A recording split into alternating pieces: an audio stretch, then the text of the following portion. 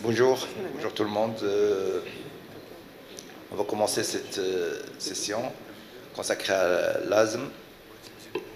Et je remercie les organisateurs de nous avoir permis d'animer cette séance.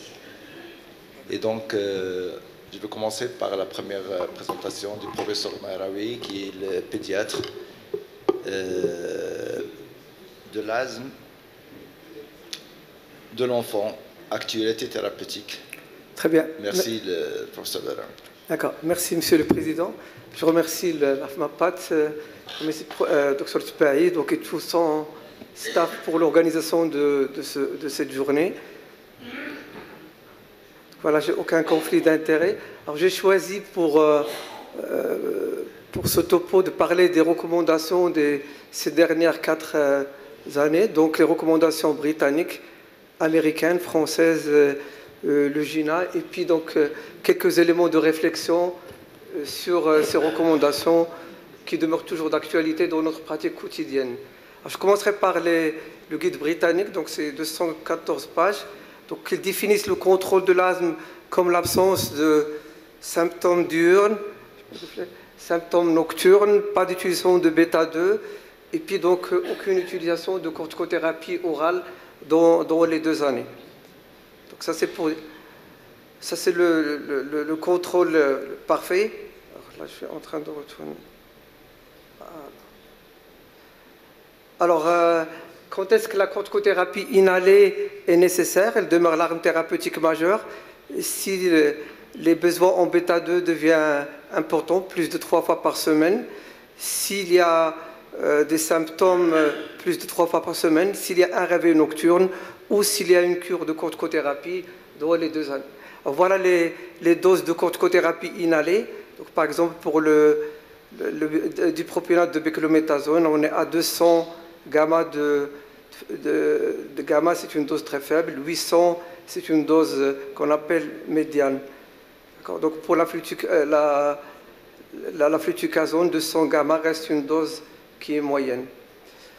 Alors donc si l'asthme n'est pas contrôlé, on peut ajouter donc passer à un step supérieur.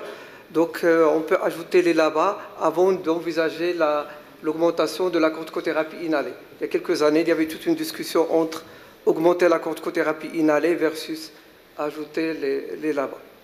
Alors s'il n'y a pas de contrôle, mais pour passer d'un step à un step, il faut absolument vérifier que c'est un vrai asthme, que les mesures de contrôle d'environnement sont adaptées, que la technique d'inhalation est correcte, que les mesures d'environnement sont bien établies. Donc on double la dose de corticothérapie inhalée, on peut associer là-bas, puis on peut considérer les antileucotriennes.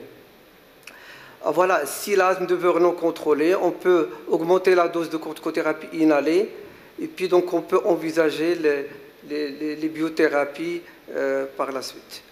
Alors, pour eux, donc, il n'y a pas de recommandation pour l'immunothérapie. Alors la régression de la corticothérapie ou diminuer la pression thérapeutique, une fois que le contrôle de l'asthme est obtenu, on peut envisager 3 mois plus tard de réduire la charge thérapeutique, mais en pratique rarement on fait ça, donc les malades ont besoin plus de temps pour maintenir le bon contrôle de traitement. L'important c'est d'avoir une dose minimale pour avoir un bon contrôle de l'asthme. Alors ils insistent énormément sur la nécessité d'avoir un plan par écrit à adopter en cas d'exacerbation et comment gérer une exacerbation à domicile et quand demander une assistance si on voit que l'exacerbation tourne très très mal. Alors pour la gestion de l'exacerbation, pour l'oxygénothérapie, on exige une saturation de 94 à 98. On privilégie les bêta-2 par voie inhalée pour les épisodes modérés à modérément sévères. Donc utiliser une chambre d'inhalation, c'est une alternative qui peut être... On n'est pas obligé de toujours nebuliser. Donc on peut démarrer par 2 à 4 bouffées de bronchodilateur à courte durée d'action. Et dans les exacerbations sévères, on peut arriver jusqu'à 10 bouffées qu'on peut renouveler toutes les 20-30 minutes. Pour l'atrovent, donc il n'y a pas de consensus.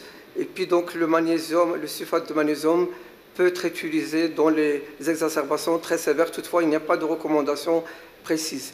Alors les doses de corticothérapie, voilà, ils sont un peu réduites. Il y a quelques années, on disait 2 mg par kilo, sont dépassés 60 mg. Donc on préconise dans ces recommandations 10 mg si l'enfant a moins de 2 ans, 20 mg entre 2 et 5 ans, puis 30 à 40 mg entre 5 et 11 ans, 40 à 50 mg pour les enfants de 12 ans. Alors, généralement, on dit que 3 jours, c'est suffisant, mais on peut aller jusqu'à 5 jours. Alors, ils insistent. Alors, sur l'adolescence, vous voyez que c'est une période qui est très, très difficile. En particulier, donc, vous savez, l'adolescence, c'est des fous, ils ne raisonnent pas beaucoup. C'est la révolte contre l'autorité médicale, parentale. Et c'est là où on a le plus de danger. Donc, on insiste dans cette période très délicate sur la gestion des comorbidités. On parlait de l'obésité, du reflux. C'est une période où l'enfant peut être exposé au tabac. Le tabagisme actif également peut être mis en cause. Et puis donc, il faut discuter beaucoup avec l'adolescent sur le système inhalation qu'il aime, ses préférences. Et puis donc, préparer la transition donc, pour ces malades qui doivent passer d'un milieu pédiatrique à un milieu adulte. Mais hélas, on ne dispose pas beaucoup de ces unités de transition. C'est parfois des enfants qui sont abandonnés et hélas, parfois des tragédies arrivent.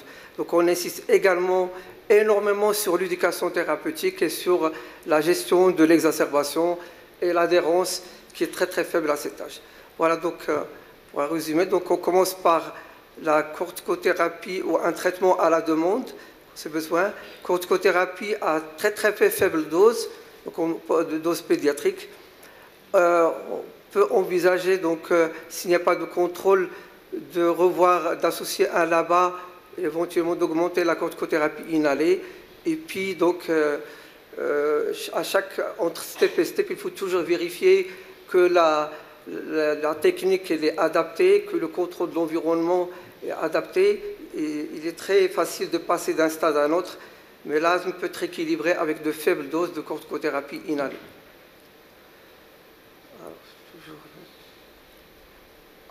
Donc là, c'est pour les adolescents, donc c'est le schéma thérapeutique qu'on a dit tout à l'heure. Alors, que disent les recommandations américaines? Ils s'inspirent beaucoup de GINA. Le guide britannique, donc, il va être mis à jour dans quelques mois. Donc en octobre, on aura une autre version. Alors, pour le guide américain, donc, à peu près les mêmes données, ils s'inspirent beaucoup du GINA. Juste pour les enfants de 0 à 4 ans, donc on retient un peu l'asthme, on peut soit donner des bronchodilatateurs à la demande ou éventuellement associer une corticothérapie inhalée s'il y a une infection virale qui déclenche les attaques. Sinon, pour le schéma de croissance, c'est à peu près ce qu'on a vu pour le britannique.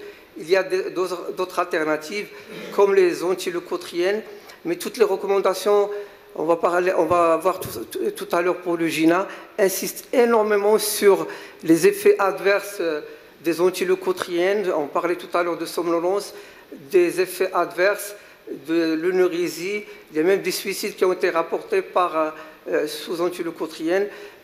Tout le monde insiste pour parler aux parents sur ces effets secondaires et les informer. C'est une nécessité thérapeutique. Alors pour les enfants de 5 à 11 ans, donc voilà, on fait toujours corticothérapie à faible dose. On peut associer donc dans le step 3 la corticothérapie plus le formoterol, ça a été introduit. Si ça ne marche pas, on peut augmenter la dose de corticothérapie inhalée budesonide plus formoterol. Sinon, on peut associer les antileucotriennes et envisager d'autres pistes thérapeutiques s'il n'y a pas de réponse. Il y a toujours d'autres alternatives si la première n'est pas acceptée. Pour les enfants de 12 ans, grossièrement, le schéma il se calque un peu sur celui de l'adulte, avec cette particularité que j'ai soulignée à propos de ces adolescents. C'est des enfants qui sont en rébellion, il faut les prendre avec beaucoup de douceur, beaucoup de dialogue et beaucoup de diplomatie. C'est la période la plus difficile dans la prise en charge. Et l'âge de 13 ans, c'est un âge où on voit beaucoup de drames. Donc voilà pour les recommandations américaines. Alors les recommandations françaises 2021, ils publient des recommandations sur la gestion de l'adolescent. Le palier 1, le palier 2, corticothérapie inhalée à faible dose. Donc le palier 3 peut associer corticothérapie à faible dose plus bêta-2 à longue action. Puis on peut envisager une ascension s'il n'y a pas de contrôle satisfaisant. On peut envisager dans un centre spécialisé, après avoir phénotypé le malade, éventuellement une biothérapie, mais je crois qu'on va en parler tout à l'heure. Alors, donc l'immunothérapie pourrait être discutée si dans un stade modéré, si l'asthme n'est pas très sévère, si on a un VMS au-delà de 70%. Alors, il y a d'autres recommandations qui ont été soumises il y a une semaine dans le congrès de la CFA. Il y a une petite semaine, donc ils ne sont pas publiés, c'est pour ça que je ne les ai pas mises. Qu'est-ce qu'on dit? On dit chez l'enfant de moins de 12 ans, de moins de 20 kg, la corticothérapie orale dans l'exacerbation, on donne moins de 20 mg. Plus de 20 kg, on donne 20 mg. Ils ne sont pas trop smart dans les recommandations françaises. Voilà, je crois que c'est les grandes lignes qu'on pourrait dire un peu, mais ils ne sont pas encore publiés. Alors, pour les recommandations du GINA, le 2024 n'est pas encore sorti. Alors, qu'est-ce qu'on peut dire sur le GINA 2023 sur l'asthme de l'enfant? Donc, l'asthme sévère, il est défini quand il est nécessaire d'avoir un bon contrôle avec de hautes doses de corticothérapie plus LABA, où ces hautes doses de corticothérapie plus LABA sont nécessaires pour prévenir un non-contrôle de l'asthme. L'asthme modéré, c'est le step 3 ou 4, et puis l'asthme léger, c'est l'asthme qui est contrôlé par des traitements de faible intensité. Il faut dire également qu'il rappelle énormément que c'est ce stade léger qui pose le plus de problèmes, et on a le plus de drames qui peuvent arriver parce que tout le monde se lâche. Il y a un laxisme et médical et parental, et parfois ça aboutit à des drames à ce stade. Donc toujours, on insiste sur évaluer, ajuster avant de faire une escalade thérapeutique, et puis l'importance de l'éducation thérapeutique. Alors pour les 6-11 ans, des faibles doses de corticothérapie, c'est pour le dipropionate de méclomatrazone, c'est 100 à 200. Des fortes doses, c'est 400. Il faut dire que ces doses sont définies un peu arbitrairement. Quand on fait la littérature, on dit que c'est des doses qui ne donnent pas d'effets secondaires, mais il n'y a pas beaucoup de littérature sur ce sujet. Pour le fluticasone, on parle de fortes doses quand ça dépasse les 200 microgrammes par jour.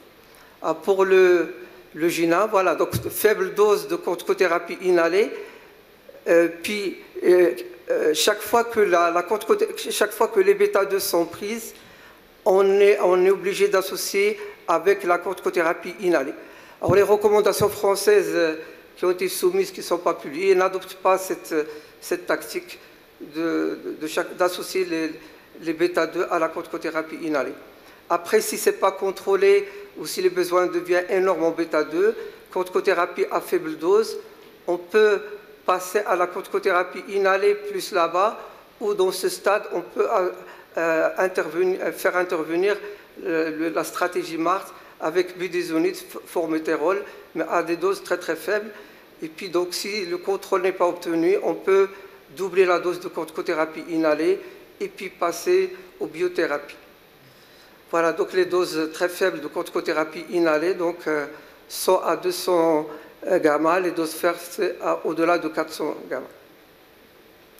Pour les 12 ans et plus, voilà donc en cas de besoin, la stratégie donc de budesonide plus formoterol à la demande, c'est la première piste, mais on peut utiliser ce qu'on faisait il y a quelques années, toujours donner de la corticothérapie, les bêta-2 en cas de besoin, y associer de la corticothérapie inhalée.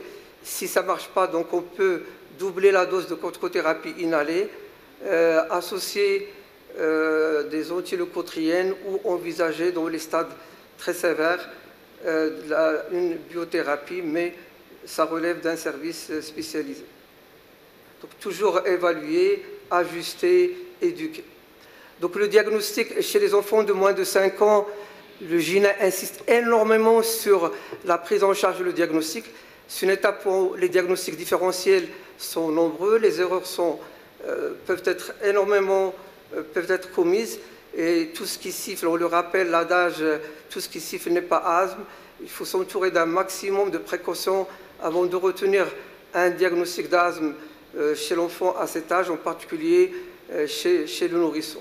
Donc ils insistent beaucoup sur une évaluation clinique, radiologique, la récurrence des symptômes, la réponse aux bronchodilatateurs, une histoire clinique évocatrice.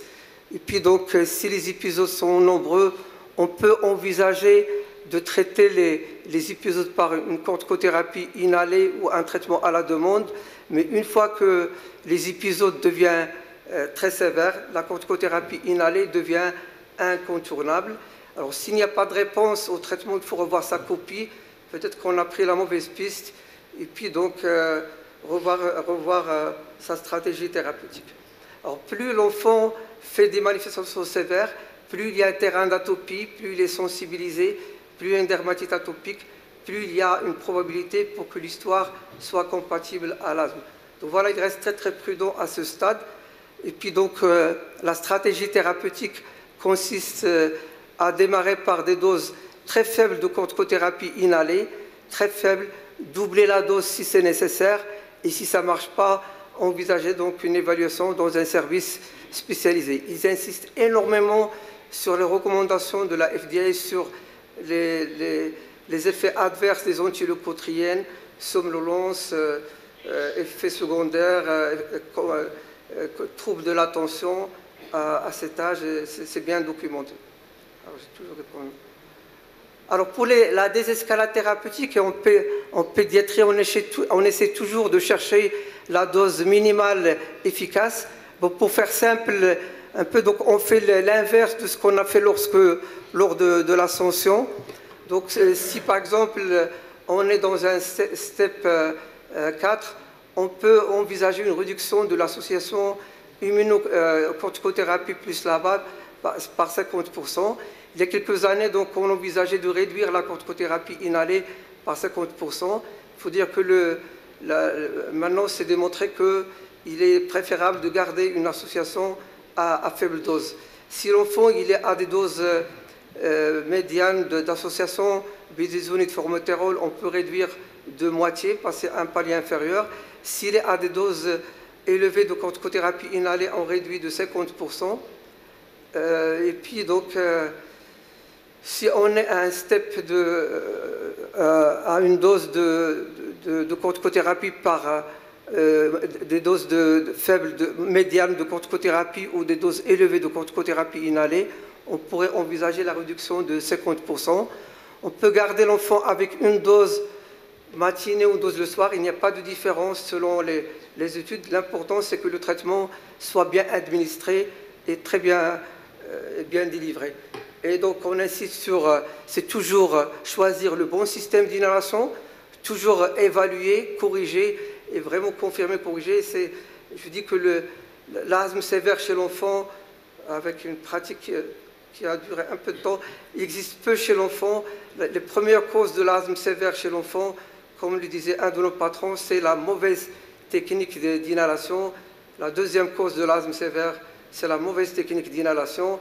Donc il faut toujours choisir le bon système, encourager les parents à adhérer, vérifier la technique d'inhalation, à vérifier avec les parents les mesures de contrôle de l'environnement, notamment le tabagisme passif, adapter selon le système socio-culturel et le niveau socio-culturel des parents. Et voilà, je terminerai par quelques réflexions qui demeurent toujours d'actualité sur le problème d'implantation des guidelines. C'est vrai que dans cette assise où tout le monde est informé, on est au top de la prise en charge, mais dans la vraie vie, il y a un problème de la prise en charge de l'asthme.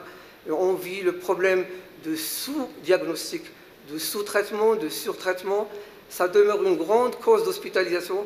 Nous hospitalisons dans le service 14 exacerbations d'asthme par jour. L'asthme demeure incontrôlé dans de grandes proportions de cas. La sous-utilisation de l'EFR, donc l'évaluation est plutôt clinique. Le score de qualité de vie est faible et la mortalité reste non négligeable. Nous n'avons pas de registre de décès dans l'asthme. Alors, c'est quoi les causes de l'échec thérapeutique? Peut-être un système local inadapté, des causes socio-culturelles, inaccessibilité aux structures de soins, le coût des médicaments. En calculant le coût, ça revient à moins de 1 dirham par jour.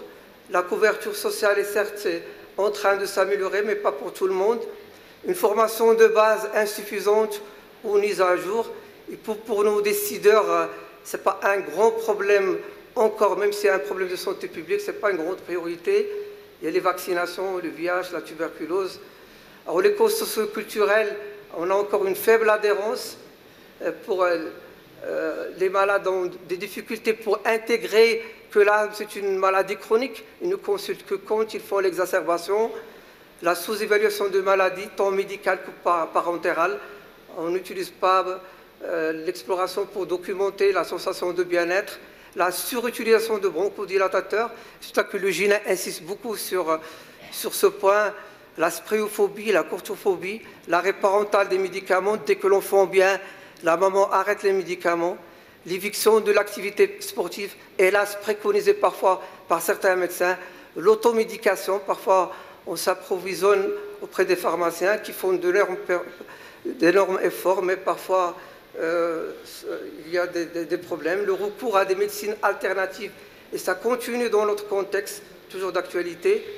Et cette étude un peu que nous avons menée sur les pharmaciens à Rabat, vous voyez que 10% continuent à préconiser un antitussif en cas d'exacerbation et 1 tiers continue à donner des bronchodilatateurs par sirop. 15% ne conseillent de ne pas pratiquer du sport et pour la moitié, l'asthme n'est pas une maladie chronique.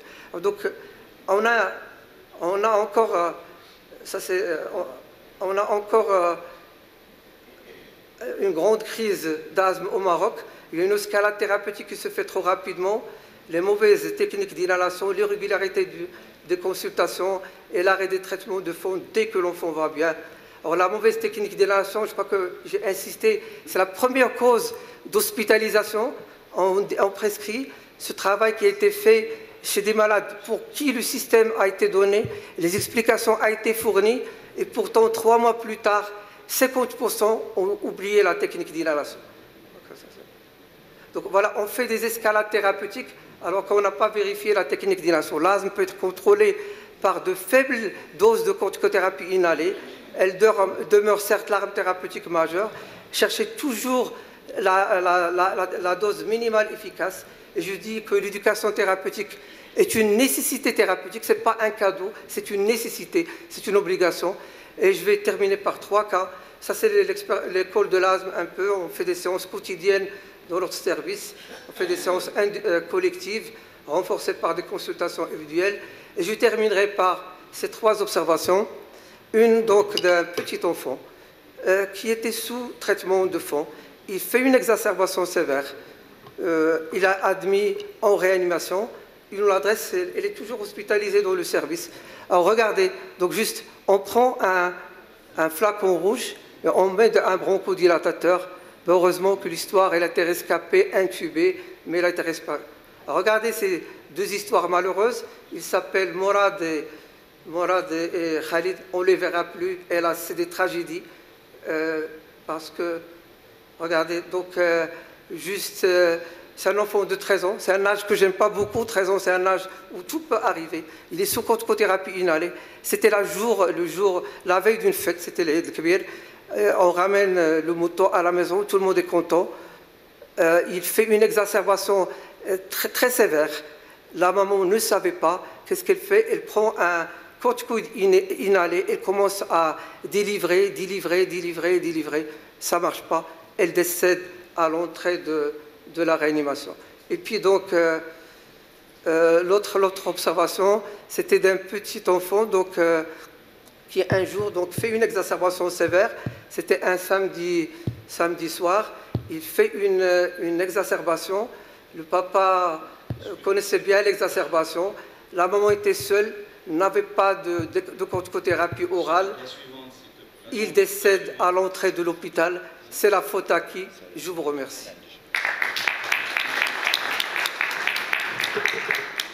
Merci, professeur Mahraoui, de cette mise au point sur le traitement de l'asthme chez l'enfant, et donc qui a été bien détaillé. Il y a beaucoup de questions sûrement, vu un petit peu la particularité de l'enfant. Il y a le nourrisson, il y a l'enfant, il y a l'adolescent, et donc ça nécessite vraiment beaucoup plus. Allez-y. Merci, professeur Mahraoui, pour un exposé clair, didactique. Je voudrais revenir sur le schéma du GINA avec les steps 1, 2, et 3 et 4. Vous dites qu'au départ, le GINA dit qu'il faut commencer par de très faibles doses de corticothérapie inhalée et ensuite augmenter. Qu'est-ce que vous pensez au contraire de faire au départ de très fortes doses, enfin de moyennes doses de corticothérapie inhalée et ensuite baisser, faire un step down dans la première phase de cette maladie asthmatique? Le GINA, qu'est-ce qu'il te dit? Ça dépend du stade de la maladie. Si on a quelqu'un qui fait des exacerbations très sévères, on peut commencer par le step 4 ou 3 et puis faire une stratégie descendante. Là, c'est pour les malades qui utilisent les bêta-2, qui ne font pas d'exacerbation. Donc on peut faire un schéma, mais ça dépend du stade de la maladie, de la fréquence d'utilisation de bêta-2. C'est-à-dire quelqu'un qui vient en consultation, qui a utilisé 4 fois ces derniers mois des bêta-2, on va commencer par une corticothérapie à faible dose. Mais quelqu'un qui a fait une exacerbation sévère les 2 derniers mois, on est dans un stade 3 ou 4. Mais pour les nourrissons, on va commencer toujours par la dose la plus faible possible. Donc c'est ça le... Professeur Bertal. Merci, professeur Mahraoui, pour avoir le courage de passer en revue toutes les recommandations et vous en avez laissé. Ce qui fait que vraiment, qu'est-ce qu'il faut retenir sur le plan pratique pour le pédiatre ou là pour le pneumologue marocain? Je crois qu'il est important de prendre en considération la nécessité également de rechercher les comorbidités pour les traiter. Et c'est très fréquent chez l'enfant, la rhinite. Et puis, comme tu l'as dit, la nécessité d'un partenariat avec les parents. Il faut un véritable partnership avec le parent, pas seulement avec l'enfant. Mais effectivement, donc les comorbidités, que ce soit une rhinite, le reflux, on l'a pas mal de cas pédiatriques, le surpoids, la rhinite, des troubles du sommeil, et une grande cause reste un peu de grosses végétations. Ça, il faut toujours les chercher. Le surpoids, c'est vraiment un élément très important. La technique d'inhalation, moi je crois que le message à passer, c'est que l'asthme peut être équilibré par de faibles doses de corticothérapie inhalée, qu'une escalade thérapeutique n'est envisageable que si on élimine ce qu'a dit le professeur Bertal, les comorbidités, la mauvaise technique d'inhalation, le mauvais contrôle de l'environnement, et puis toujours checker, contrôler la technique d'inhalation. Et je dis que l'asthme peut être contrôlé par de faibles doses de corticothérapie inhalée. Garder un dialogue avec les parents, parce que ce qu'ils veulent, c'est dire que l'asthme guérit à la puberté, l'asthme disparaît. Ça, c'est un message que les parents veulent bien entendre. C'est cette période où on a le plus de dangers, c'est à cette période qu'on a le plus de drames. Il faut leur dire que l'asthme, c'est une maladie chronique. Une période de rémission, si longue soit-elle, ne signifie pas que le problème est réglé. C'est ça un peu le génie évolutif de la maladie. Si on peut avoir une exacerbation qui peut survenir à n'importe à quel moment, c'est comme dans les allergies alimentaires. Il faut toujours avoir avec une trousse d'urgence, avec corticothérapie bronchodilatateur. Merci professeur Mahraoui pour ce brillant exposé. 2 petites questions. Le GINA préconise plutôt la corticothérapie inhalée pour le step 1, et si on a besoin de bêta-2 au cours d'une direction, on les rajoute. Par contre, les Américains préconisent plutôt les bêta-2. Quelle est votre expérience? Qu'est-ce que vous faites? Vous suivez le GINA ou plutôt les Américains? Et la deuxième remarque ou question, c'est pour les antileucotriennes. Je crois qu'il y a des effets secondaires, mais peut-être pas autant que vous l'avez peut-être mentionné, puisque est-ce qu'il ne faut pas plutôt rechercher un terrain prédisposé avant de les prescrire, ou bien c'est comme des effets secondaires, c'est un type de cauchemar plutôt que de vrais suicides, etc. Merci. D'accord. Pour les recommandations américaines, juste vous voyez les dates, sont un petit peu en décalage par rapport au GINA. Généralement, ils s'inspirent du GINA. Donc on est obligé de suivre un peu le GINA. Donc il est mieux. D'ailleurs, il y a même les recommandations canadiennes, c'est 15 pages, mais ils suivent un peu le GINA. Donc le GINA reste un peu le document de base. Alors pour les effets secondaires, moi je ne dis rien, j'exagère, c'est rapporté, que ce soit les Canadiens, les Américains, le GINA, ils insistent sur les effets secondaires, le somnolence, effets secondaires, suicide, troubles d'attention, c'est rapporté. Moi je vous dis, si vous voulez, pratiquement je ne le prescris pas, donc pour moi toujours, l'asthme est une maladie des voies aériennes, la thérapeutique majeure demeure la voie inhalée, c'est la voie royale. Il y a quelques cas où on y arrive, mais très rare. Dernière question, secrétaire.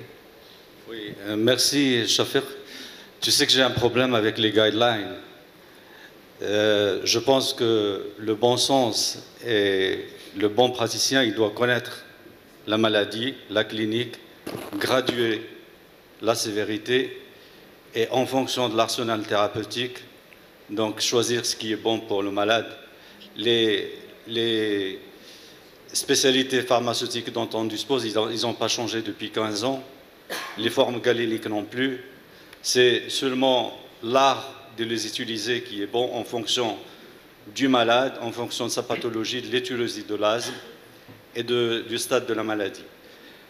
Tu nous as parlé de l'asthme de l'enfant et dans 80% des cas, c'est un asthme allergique et je regrette qu'il n'y a pas eu de place pour l'immunothérapie allergénique. Est-ce que c'est un oubli ou est-ce que